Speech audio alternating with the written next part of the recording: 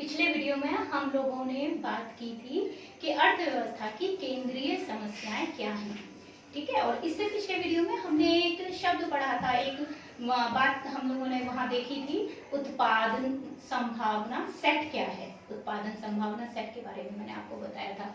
तो मैंने आपको एक चीज बताई थी कि संसाधन जो हमारे पास होते हैं, जो बहुत दुर्लभ हैं, वो संसाधन हम प्रयोग करके उनका अधिकतम कुशलतम जो हम प्रयोग कर सकते हैं, वही कैसे किया जाए, उत्पादन किसका किया जाए, कैसे किया जाए और किसके लिए किया जाए, ये अर्थव्यवस्था की केंद्रीय समस्याएं होती हैं। अच्छा, अब जब आगे बढ़ते हैं तो जब ये केंद्रीय समस्याएं, आर्थिक समस्याएं सामने आती हैं, तो फिर इन आर्थिक समस्याओं को देखते हुए जब कोई फर्म का मालिक या ये साहसी जो उद्यमी है, जिसको उत्पादन करना है, तो वो उत्पादन करने के लिए दो वस्तुओं में से जो मैक्सिमम 2 हैं, जो उसको लग रही है कि नहीं ये मैं कर सकता हूँ, जैसे मैंने आपको बताया था विलासितापूर्ण एक वस्तु बनाई जा सकती है, एक वस्तु बनाई जा सकती है जो आम जनता के लिए हो, या एक व्यक्ति है बंदूक बना सकता है जो रक्षा के लिए काम में आती है, और एक व्यक्ति है जो या फिर एक वही व्यक्ति बना सकता है एक आम जनता की जरूरत का खाद्यान्न बना सकता है, या इस तरह का किसी वस्तु का उत्पादन कर सकता है। तो दोनों में से किसका उत्पादन वो करे, ठीक है, ये एक संभावना। तो उत्पादन संभावना हम क्या कहते हैं कि संसाधनों का प्रयोग करके जो संसाधन है, संसाधन कौन से हैं, भूमि है, पूंजी है, श्रमिक है, तो जो हमारे पास संसाधन है, प्रबंधन है हमारा, ठीक है, इन सब का प्रयोग करके, और हमारे पास जो भी मशीनें हैं, औजार हैं, इन सब का प्रयोग करके कोई भी दो वस्तुएं, तो उनका अलग अलग संयोजन करके देखते हैं कि कौन से तरीके से उसका उत्पादन किया जा सकता है। जैसे एक ही व्यक्ति अगर वो दो वस्तुओं का उत्पादन कर रहा है, तो उन दो वस्तुओं में से किस वस्तु का उत्पादन उसको अधिक करना है और किस वस्तु का उत्पादन उसको कम करना है ना, ज्यादा किसका करना है और कम किसका करना है, तो ये ताकि उसको लाभ हो और उसे भी लाभ हो, उसका वितरण भी हो, उसका और उसकी जो भी वस्तु वो बनाए, जो भी वो उत्पादन करे, उसका विनिमय भी हो, वितरण भी हो। तो ये बहुत जरूरी है। तो इसके लिए संसाधनों का प्रयोग करके दो वस्तुओं के जिन संयोजनों का उत्पादन संभव है, उसे हम उत्पादन संभावना सेट कहते हैं। अब इसके बाद बात आती है उत्पादन संभावना वक्र। अब ये आज आपका महत्वपूर्ण टॉपिक है जिसको आपको समझना है, और एक्चुअली ये मैथ से रिलेटेड है थोड़ा, तो आप लोगों के लिए थोड़ा सा मुश्किल होगा। तो मैं सबसे पहले वक्र का मतलब आपको समझा देती हूँ कि वक्र क्या होता है, ठीक है। वक्र यानी ग्राफ, इंग्लिश में हम इसे कहते हैं ग्राफ। जनरली आप लोगों ने नाम सुना होगा ग्राफ का, और आपने ग्रीन कलर के वो पेजेस भी देखे होंगे जिनमें जो बार बार जिनमें लाइनें लगी हुई होती हैं, पतली पतली पतली पतली सी लाइनें होती हैं, खाने बने हुए होते हैं, आपने वो देखे होंगे। फिजिक्स की आपकी जो साइंस की जो आपकी फाइल की, साइंस की फाइल के पीछे लगे हुए रहते हैं वो। तो वैसे ही एक ग्राफ, उसको हम ग्राफ ही बोलते हैं, आप लोगों ने देखा हुआ है, बट हम यहाँ पर अपना प्लेन सरफेस पर ही ग्राफ बना रहे हैं। ग्राफ में मैं एक चीज बता दूं बेटा, दो लाइनें आपस में एक दूसरे को कट करती हैं, और ये दोनों जिस बिंदु पर एक दूसरे को कट करते हैं उसको हम कहते हैं मूल बिंदु। जो मैथ्स वाले बच्चे होंगे, जिन्होंने 10th में मैथ्स लिया होगा, निश्चित रूप से इसको समझेंगे पहले, लेकिन सबको समझ में आएगा, परेशान होने की जरूरत नहीं है। तो ये जो बीच का बिंदु है, जो जहां दोनों लाइनें आपस में एक दूसरे को काट रही हैं, इसको हम मूल बिंदु कहते हैं। इसके एक जो आपका दाईं तरफ की तरफ जो लाइन जा रही है, इसको हम कहते हैं एक्स अक्ष, और जो ऊपर की तरफ जा रही है ये है वाई अक्ष, ठीक है। और ये जो वाई अक्ष है, ऐसा नहीं है नीचे भी जा रही है, ये भी वाई अक्ष ही है, ठीक है। और इधर जो बाईं तरफ है ये भी वाई हमारा एक्स अक्ष ही है। लेकिन मेन क्या है, यहाँ जो जा रही है ये प्लस की है, पॉजिटिव है, यहाँ जो जा रही है वो माइनस की है। ऐसे ऊपर जो जा रहा है वो प्लस का है, नीचे जो जा रहा है वो माइनस का है, ठीक है। जनरली हम जो ग्राफ बनाएंगे वो सिर्फ इस हिस्से में बनाते हैं, मतलब प्लस एक्स और प्लस वाई, ठीक। ये मैथ्स में यूज होते हैं, बाकी के सारे आपको सिर्फ प्लस एक्स और प्लस वाई वाले में ग्राफ बनाना होता है, ठीक है। तो एक्स अक्ष, अगर हम कोई बिंदु ले रहे हैं तो उस बिंदु पे से हम एक लंब डालते हैं, ऐसे और ऐसे। तो जो दूरी यहां दिखाई दे रही है ऐसे, इस लाइन को कहते हैं क्षैतिज, ये है क्षैतिज, क्षैतिज यानी पड़ी हुई, लेटी हुई, और ये है हमारी ऊर्ध्वाधर, ऊर्ध्वाधर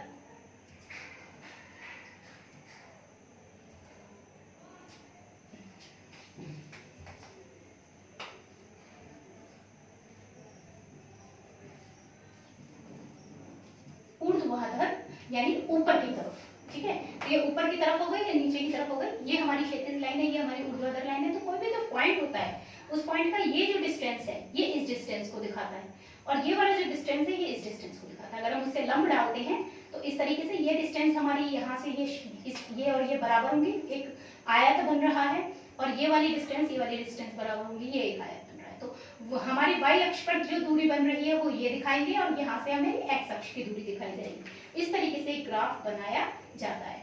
अब मैं आपको थोड़ा ग्राफ के बारे में समझाती हूँ कि ग्राफ भी हमारे दो तरह के होते हैं। एक होता है सकारात्मक ग्राफ,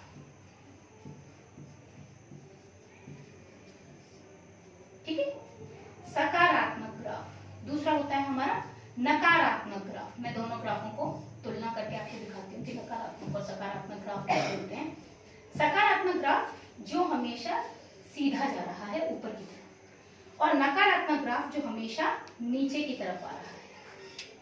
एक सकारात्मक ग्राफ में एक्स अक्ष की जो भी चीज है, जैसे 1 2 3 मैंने पॉइंट्स ले लिए, और यहाँ पे भी ले रही हूँ मैं 1 2 3 4 5 ऐसे। तो आप देखिए कि जब यहाँ पे एक बिंदु मैंने लिया तो 1 1 2 2, ठीक है, 3 3, ठीक है ना, इस तरीके से आपका। तो जब एक वैल्यू बढ़ रही है तो दूसरी भी वैल्यू बढ़ रही है, मतलब ये वैल्यू 1 है तो यहाँ भी 1 है, यहाँ 2 हुआ तो यहाँ 2 ही है, यहाँ पे 2.5 समझ लीजिए 3 है, लेकिन बढ़ रही है ना। तो जब नीचे की वैल्यूज के साथ ऊपर की वैल्यूज बढ़ती हैं तो हमारा ग्राफ ऊपर की तरफ जाता है। ये बढ़ता हुआ ग्राफ है जिसे हम सकारात्मक ग्राफ कहते हैं। और नकारात्मक ग्राफ होता है, अब इसमें अगर मैं आपको 1 2 3 बनाऊं तो 2 3 3 ये हमारे इक्वल डिस्टेंस पर होने चाहिए, तो ग्राफ हमारा क्लियर आता है। अभी मैं ऐसे बना दे रही हूँ रफली। तो आप देखिए यहाँ पे अगर मैं ये बिंदु की बात करती हूँ तो ये बिंदु मेरा, इसमें y 5 है तो हमारा x केवल 1 है, यानी x की वैल्यू कम होने पर y की वैल्यू 5 हो रही है। और जब हमारा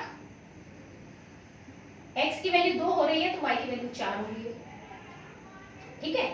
तो कहने का मतलब है ये घट रहा है ग्राफ, ठीक है ना, ये ग्राफ जो है घट रहा है। ये नहीं था कि कम से कम ज्यादा से ज्यादा हो रहा है, इसमें एक चीज ज्यादा दूसरी कम, ठीक है। ये कैसे, मैं अब इसको भी क्लियर कर देती हूँ। अनुपात दो तरह के होते हैं।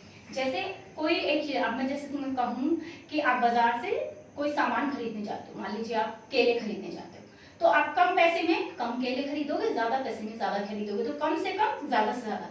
तो ये एक ग्राफ अगर आएगा हमारा तो ये सकारात्मक ग्राफ होगा कि कम चीज पे कमी मिलेगी, कम पैसे पे कम फल मिलेंगे, ज्यादा पैसे पे ज्यादा फल मिलेंगे, तो ये सकारात्मक ग्राफ है, ठीक है। लेकिन अगर मैं बात करूं कि आपको अपने घर की पुताई करवानी है, ठीक है, तो आप अगर ज्यादा मजदूर लगाएंगे तो आपकी पुताई जल्दी हो जाएगी, कम दिन लगेंगे, और कम मजदूर लगाएंगे तो दिन ज्यादा लगेंगे। तो यहाँ क्या हो गया, कम से ज्यादा, ज्यादा से कम। तो इस तरह का जब अनुपात बैठता है उल्टा, ठीक है, कम से ज्यादा का, ज्यादा से कम का, दिन कम लगेंगे अगर मजदूर ज्यादा है, दिन ज्यादा लगेंगे अगर मजदूर कम है। तो ये अनुपात में हमारा एक चीज ज्यादा होती है, दूसरी चीज कम होती है, ये कहलाता है हमारा नेगेटिव, यानी कि नीचे की तरफ नकारात्मक ग्राफ, जो नीचे जा रहा है, ऊपर नहीं जा रहा, ये तरक्की नहीं कर रहा, उन्नति नहीं कर रहा, नीचे अवनति कर रहा है। तो अब इन दोनों ग्राफों में, ठीक है, ये तो मैंने एक स्ट्रेट लाइन सरल रेखा से दिखाया। अब ये तो सरल रेखा वाले ग्राफ हैं।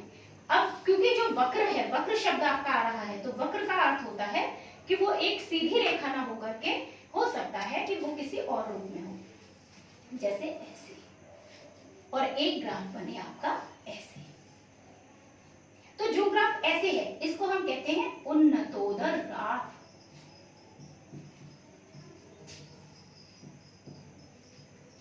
और ये सकारात्मक ही है, बस ये स्ट्रेट लाइन नहीं है, ये स्ट्रेट लाइन नहीं है, ये स्ट्रेट लाइन तो ऐसे सीधी होती, ये बस थोड़ा कर्व लेकर है, ठीक है, चाप की तरह से।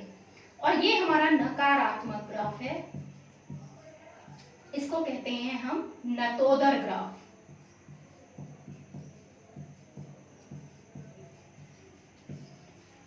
ठीक है, तो हमारा जो उत्पादन संभावना वक्र है वो क्या है, एक ऐसा वक्र है जो दो वस्तुओं के उन सभी संभव संयोजनों को प्रकट करता है जिनका उत्पादन कुशलता से संभव है। और ये वक्र हमेशा नीचे की ओर ढालू होता है, यानी कैसा होता है, नतोदर। तो ये वाला ग्राफ बनेगा आपका उत्पादन संभावना वक्र में, ये ग्राफ नहीं बनेगा। ठीक है, जो उत्पादन संभावना वक्र का ग्राफ है वो नतोदर ग्राफ होता है। अब मैं आपको समझाती हूँ कि उत्पादन संभावना वक्र में क्या दिखाते हैं। मान लीजिए आप एक व्यक्ति है और वो उसके पास जो जमीन है, मैं ऐसी एग्जांपल ले दूं कि उसको आम और केले उगाने हैं। ठीक, अब वो आम और केले उगा रहा है। ठीक है, अब आम केले उगाने के लिए उसने क्या किया, अपना ग्राफ बनाया कि मैं किस चीज को कम बना। अब देखिए उसके पास पूंजी सीमित है। ठीक है, पूंजी तो उसके पास सीमित है। यहाँ मान लीजिए उसके केले हैं और यहाँ मान लीजिए आम है। ठीक, तो उसकी पूंजी तो सीमित है, जितनी भी पूंजी है। ठीक, उसके पास जमीन भी सीमित है, जमीन भी जितनी उसके पास जमीन होगी, 1 एकड़ है, 2 एकड़ है, 3 एकड़ है, जो भी जमीन है वो सीमित है, जो वो है वो भी सीमित है, उसकी पूंजी भी सीमित है। क्योंकि श्रमिकों की संख्या को आवश्यकता अनुसार घटा बढ़ा सकता है, बट बाकी चीजें वो भी, श्रमिक भी उसके लगभग सीमित ही है आवश्यकता अनुसार। तो अब वो केले ज्यादा उगाए कि आम ज्यादा उगाए, तो डिपेंड करेगा कि उसको क्या फायदा, तो वो परिस्थितियां देखेगा क्या चीज है कि अगर मान लीजिए केले का सीजन है इस समय, तो वो केले उगाने में ज्यादा फायदा है उसको। आम का सीजन है तो आम उगाने में ज्यादा फायदा है।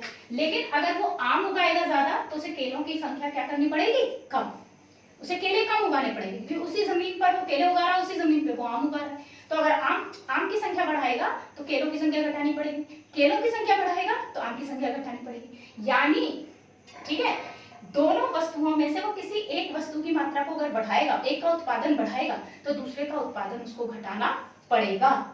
तो हमारा इसी वजह से ये ग्राफ जो है वो नीचे की तरफ हो जाता है कि एक की वैल्यू अगर बढ़ रही है तो दूसरे की वैल्यू घट रही है।